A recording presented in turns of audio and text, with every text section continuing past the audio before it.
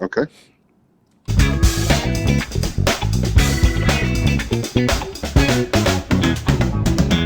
Hey guys, welcome back to another episode of Where Rodeo Meets the Road, brought to you by the Arena Press.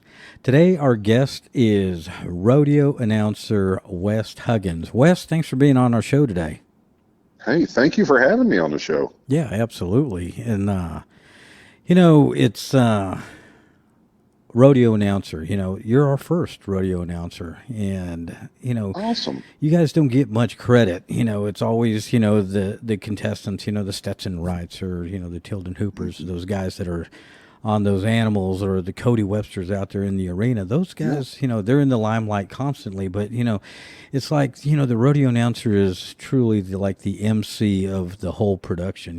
They're the one that right. keeps it flowing and lets everybody know what's going on. And, you've been doing it for about 20 years. What got you into the rodeo game behind the mic?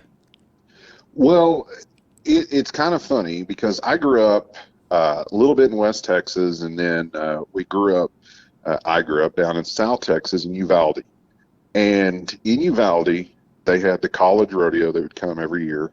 Uh, my grandfather was, active volunteering, everything like that, wherever he could. And then that was the big rodeo that came was the college rodeo. And at the time, Mac Altizer and Bad Company had the rodeo.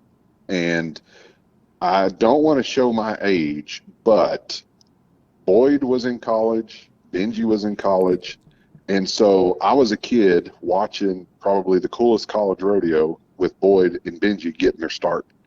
And it was just kind of cool because we had gone to rodeos. My family rodeoed, mainly roped and everything. But when we went there, I was just amazed at the way that they handled that crowd. And, Boyd would say, hey, give that guy a round of applause, and everybody'd clap. Right. And for some reason, to me, I thought that was so cool. And so when we left there, we always had a practice roping at the house and at night. And my job all the time, besides working the roping shoots, is that everybody would kind of make fun of me and make me announce. And I was like 7 years old at the time. And I was tongue-tied, and I think they were actually making fun of me. And it wasn't because of my talent. I think they just wanted to hear me say "wope" instead of "rope." But I gave it all that I could give, and it was just something that was always fascinating to me. Right. And it was just the pageantry of rodeo is Yeah. what was just amazing. It's not, and a lot of people have a love for rodeo in general, and I do too. But man, when you see that rodeo kick off and then the crowd fills up, there's something magical about that to me. It really is, and you get, younger kids go to the rodeo and they see a Cody Webster and, that might Hmm. spark their interest to be a bullfighter, or they see a Yeah, contestant, I want to do this, or I want to do that. Or they might yeah, even hear you and say, just like you, I hmm, want to do that. That sounds cool. yeah. How does one get into being a rodeo announcer? I know, the process. You've been with the PRCA for 17 years. So, there's a Right, process, getting your permit and getting your letters of right. recommendation. But, there's smaller, play days or, There wherever you can is. go to get behind that mic. So, what suggestions or advice would you have for somebody wanting to get into this? Well, the thing that I always tell everybody, and maybe in it, everybody has their own ladder that they have to climb to get to where they want to be a rodeo announcer. But to me, my first 2 or 3 years, it's just don't turn anything down. You need that experience when you're first getting started. If somebody has a jackpot team roping and nobody's announcing it, go up there and say, hey, you want me to announce this real quick? If there's a junior rodeo, go do it. It doesn't matter because the whole thing is you're going to learn how to handle a situation when it's dead silent out there. And you're going to get those jitters away from you. And you've just got to get your name out there. The next thing you got to do is find you as a young guy. You've got to find first off your voice. Not that you have to have a deep voice or anything like that, but what is your style? And I know you guys, as many rodeos you go to, every announcer has his own style. Everybody has his own character, I guess you could say, in that Right. arena. And so you find who are you. After you find that, that's when you, to me, is when you start going after those rodeos and saying, hey, I'm a great announcer. I'd love to help you. And here's what I can do. And, you know, a lot of people don't realize too is that many announcers, it's not just announcing a rodeo. You're part of the production team. You're part of helping them, you know, get their sponsors up and things like that. You're working with so many people, and there's a lot to it. You know, it's not just kind of calling out names and throwing Right. stats, because Right. that's the hardest part that I think a lot of younger guys miss sometimes is, man, it's not just going out there and talking and having a good time. When you're with your buddies, you have a great time. Sure. But sometimes you do work those rodeos that, man, when you get done, you're just like, my gosh, Yeah. this was hard. Absolutely. So, Yeah. And, you know, I get it. You know, as a photographer, you know, we just don't take pictures and hand them to the committee. You right, know, it's about promoting that event, and you want it right, to grow as big as you can get it, because, you know, hopefully you come back next year and right. it's a bigger rodeo, you know, and it's Yes. fun, you know. Let's get to, you know, to like the Cleburne Rodeo, the Johnson County Sheriff Hmm. Posse Rodeo. And, you know, I met you out there maybe 3, 4 years ago. And that's Yeah. a special rodeo for me, one, because I live so close and I know everybody there. And Right. it's a special rodeo for you as well. It is. It's a very special rodeo for me. It was my first real PRCA rodeo to announce, and they took a shot on me, and it was, in my opinion, a match made in heaven. We have. I'm very close with that committee, and you've probably seen it when you've been there. It's just, we're a big family putting that rodeo together. Right. And in the last few years, we have all of us, as a posse, as a committee, as a contractor, all of us, we've all grown with that rodeo to the point of we all have these little things that we like. And to me, that rodeo is really one of the most rocking rodeos out there. I mean, that thing gets going, Yeah. and it's a fun, entertaining rodeo. And so the people over there have just been, when people talk rodeo family, that's the epitome of what rodeo family is. Those are the type of guys that call you, check on you. I call and check on them. And so there is so much that you get excited for when you get there. And then once that thing gets kicked off, and then Saturday night you see a packed crowd, you high five each other like you really did something. And it's not just one of us did it. There's a group of like 60 people that pulled it off. Right. And so Yeah, that's for what's sure. cool. Yeah, for sure. And, you know, I sit in on those production meetings, or Hmm. you know, and with Kit and Phil and yourself and, you know, the stock contractors and everybody knows everybody. And Yeah. you are leading the charge, you know. If, you know, again, you know, you're not just an announcer, you know, you're part of the Hmm. production team. And Yeah. with the flow, how the rodeo is going to go, and, you know, how we're going to do it, what we're going to do, and everybody's on the same page, and everybody Right. works as a team. And I Right. just, and I see that, you know, that Johnson County is such a Hmm. great team, and like you said, you know, they're there for each other, and everybody has each other's back. That's what I love Right. about it. Oh yeah. Well, and you know, like that team over there, and it is a team. Everybody has a position over Right. there. And that's something that I wish I could take with me to every single rodeo is, what's your position here? What's your job? And don't worry about what everybody else's job is. Do the best you can at your job. And the thing is what is amazing to me, and it's not just Johnson County, but several rodeos across America. These are guys that are volunteering their time. They're using their vacation days. They're taking off personal days from work or whatever to be there to put on a show. And we talked about that with Johnson County. I went down there a few times, and we all talked about that. You know, if we're going to be using people's volunteer time, let's put on a show. Let's make it entertaining. And there's going to be hurt feelings here and there because, you know, some people may want to do this or do that. But at the end of the day, what sells the ticket? Right. That's what we need. And you have to figure out with your group, what is it that people are going to enjoy to see here? And that group to me has figured it out. Right. If it doesn't sell a ticket, they don't want to do it. Right. And I like that. Yeah, and over the last, you know, few years, the attendance has gone up each year. Hmm. In this last year, or this past June, Yeah, the crowd was phenomenal. You know, we had it great was. weather. It was great, Yeah, it didn't rain, did it? No, it didn't. Oh, Well, it did. it It did did. that It did one early. day, but it didn't stop them. That Right. was the amazing thing. Yeah. Yeah, And that's a good so, sign. yeah, you gotta love it. And as a rodeo announcer, you have not deal. Well, yeah, with Ronald Burton, you have to deal with Ronald Burton. Oh, you got to deal with them. But Yeah, you have to work with the rodeo. Let's see, what do they call them? Rodeo entertainers now, but let's just call yeah, them what they are. The rodeo clown, right. and they have their skits that they do, and one thing that I need to know: do you have a script, or do you just know the routine so well that you just because it seems like you guys are just going back and forth, and it's just hilarious.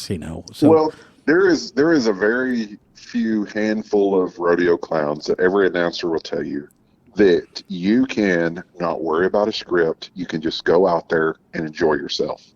And Ronald Burton is one of them. I don't have a script with Ronald one bit. He will come over and say, if he has a new act, here's my act, here's my ending, here's what I'm hoping to get out of this, and let's knock it out of the park, pat you on the back, and walks away.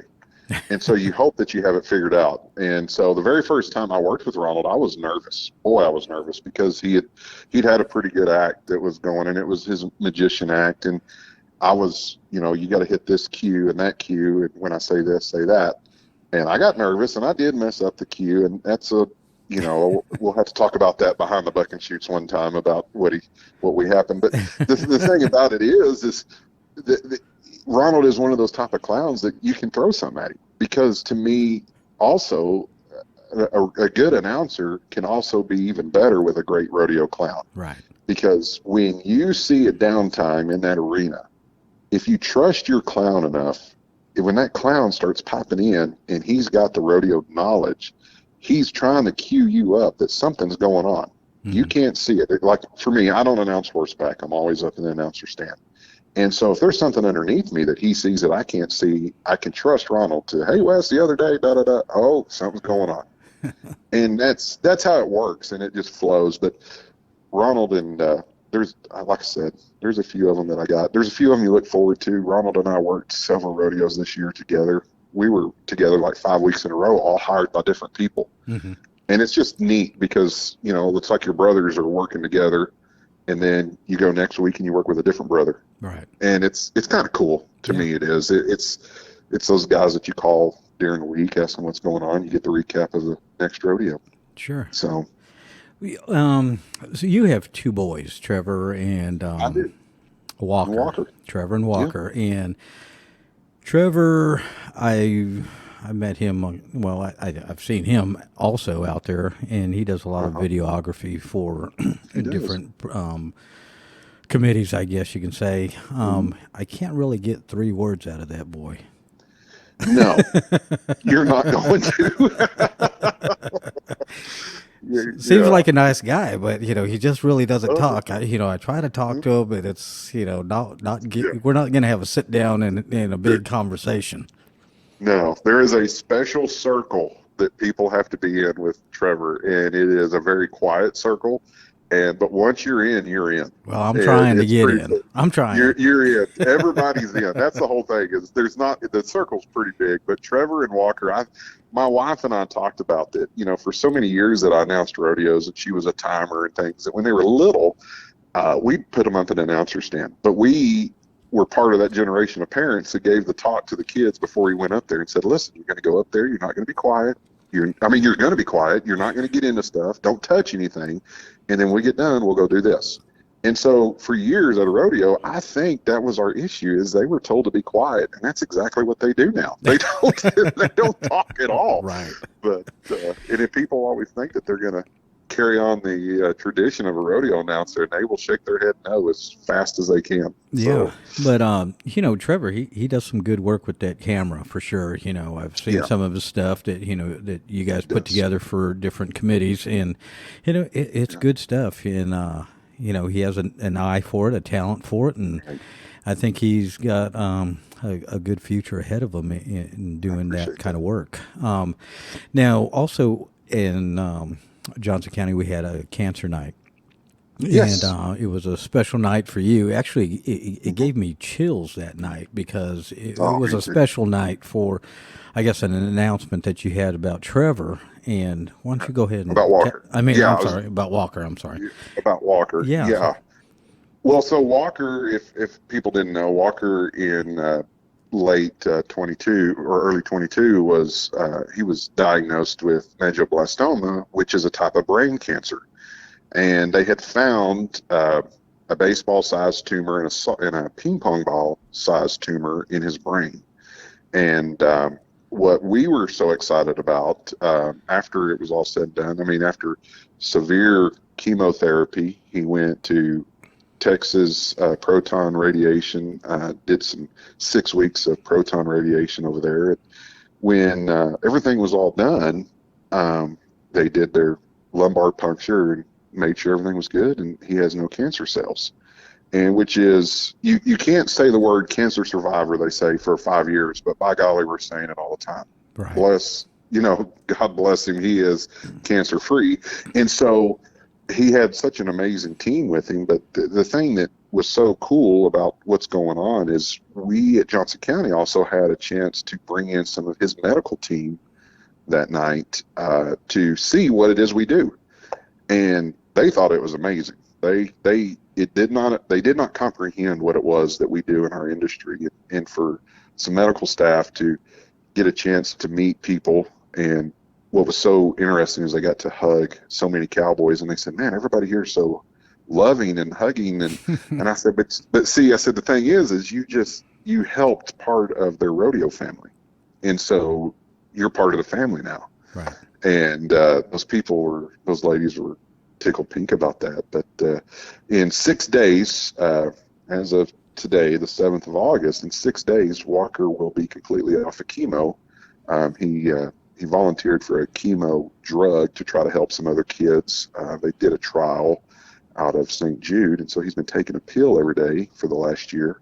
And so in 6 days, he is off the trial, and he will be completely off of everything to do with cancer. Man. And so we're praising God. Yeah, that's awesome. That's awesome. It is. Well, here's a good question for you. With the new generation coming up, in rodeo, I guess you can say, because it almost feels like it's changing. The world is changing, of course. So, what do you see the challenges facing the rodeo industry? I see, the only thing that I really see is the hardships that some rodeo people have about changing with the times. And when I say changing with the times, I'm not talking about getting rid of tradition or anything like that with rodeo. The hardest thing that I see that people can't understand is we have to actually do some homework on contestants, not announcers, but like trends. What are contestants going to? What are contestants want to enter? What type of rodeos are they entering? What formats are they entering? There's so many avenues to gain contestants that I think that rodeos miss those opportunities. They think that the days of just adding a little bit of money and giving away a buckle and you're going to get 50 bull riders, those days are gone. Right. That, and I also think that one of the hardships that we have in our industry is just the way that we market ourselves. As far as an industry, we have so much competition nowadays with not only other sports, but even technology, that how are you going to get the 20-year-old guy to come to your rodeo? How are you going to get the 15 to 16-year-old kids to come to your rodeo? And I think that's one of the hardships that we have. It also, to me, it bleeds over to what is it that makes it exciting, that makes the next generation want to be a rodeo cowboy? Because, back in the day, there was a lot of first generation type cowboys, and that's getting further away. And I think that also we're not seeing near as many, fourth and fifth generation type cowboys. Right. They're not as many as we used to be. And so I think, in a nutshell, I think we just got to work harder. Maybe that's just too vague, but I really do think that's our only hardship. So, Well, maybe we can get Xbox to make a rodeo game or something. oh Because my God. it seems like they're all on their tablets or computers, and or You're not right. everybody. I know my kids don't even watch TV. They're outside. They'd rather be outside. But it seems That's like right. that crowd is growing smaller and smaller, It and is. so It we is. just have to keep moving Well, forward and making it fun. we do, and we got to enjoy our business, and that's the thing that I think a lot of people forget is that we're, again, I've said it already 3 or 4 times, I'm sure, but we're in the entertainment business. At Right. the end of the day, we're in the entertainment business, and everybody makes a living somehow in that entertainment business. But at the end of the day, if you don't have fans, you don't have sponsors. If you don't have sponsors, you don't have added money. If you don't have added money, you don't have contestants. True That's that. all there is to know. Right. And I think that people forget that. And so if they can ever just kind of figure out how to mesh all those three groups together, sponsors, fans, and contestants, that's the big rodeos. End of story. So So, where is the rodeo road taking West Huggins this weekend and in this month? so this weekend, I actually get to go to one of the longest rodeos I've had. It's the Post Stampede Rodeo in Post, Texas, and great rodeo. I work with Rockin' Robbie Hodges this week, and Love Robbie Hodges. oh yeah, he's I love him. he's a character, that's for sure. He is. He's a great guy to work with, and another one of those clowns I love to deal with. No script. So we go from there. We go to Perrington, Texas. We do some. We even do some college rodeos in the fall. I hook back up with some other people throughout, and we start slowing down in the next couple weeks, Sure. and that's okay with me. Yeah. Honestly, right now, Yeah, I am exactly. a-okay with that. But it's just we've been going hard all this year, and this after, compared to last year when we didn't have Walker and my wife, compared to this year, we're back to our regular program, as I've been saying, because all four of us have finally got back together, and it's been wonderful this year to get back in a groove of what all's going on. So Yeah. we're just ready to Well, kick back and relax now. and as we, slow down, October 1st is right around the corner, and that merry-go-round goes around again for the Yes, 24 season, the next season in PRCA. So, that's right. before you know it, the 23 season will be wrapped up, and we'll be kicking off that 24 season, heading on Oh into yeah. Las Vegas, and Oh, then I know. we're back at it again, and then we're 6 months away from Johnson County. Oh, I know it. Oh, I know. That's what I tell everybody. Hey, if your rodeo's in August of 2024, you better already start planning it Yeah. because this is August 23. So, but yeah, that's the whole trick is just staying ahead of the game every time. And like you guys, you're one place to the other, and it is hard until sometimes I just look a lot of times to make sure that I have an X on the calendar that I'm supposed to be somewhere. Right. And then I have to go in there and ask my wife, now, where is it that we're going on this one? And Exactly. she kind of reminds me, or the boys remind me. So we like I said, we get to slow down, and it's gonna be great. Chill out. Absolutely. Sure. Wes, I appreciate you giving a few minutes of your time to be on our show Where Rodeo Meets the Road, and we will see you on that rodeo road soon enough. Yes, sir. Hey, I appreciate it, and I thank you guys for what y'all are doing for rodeo. You're doing a great job.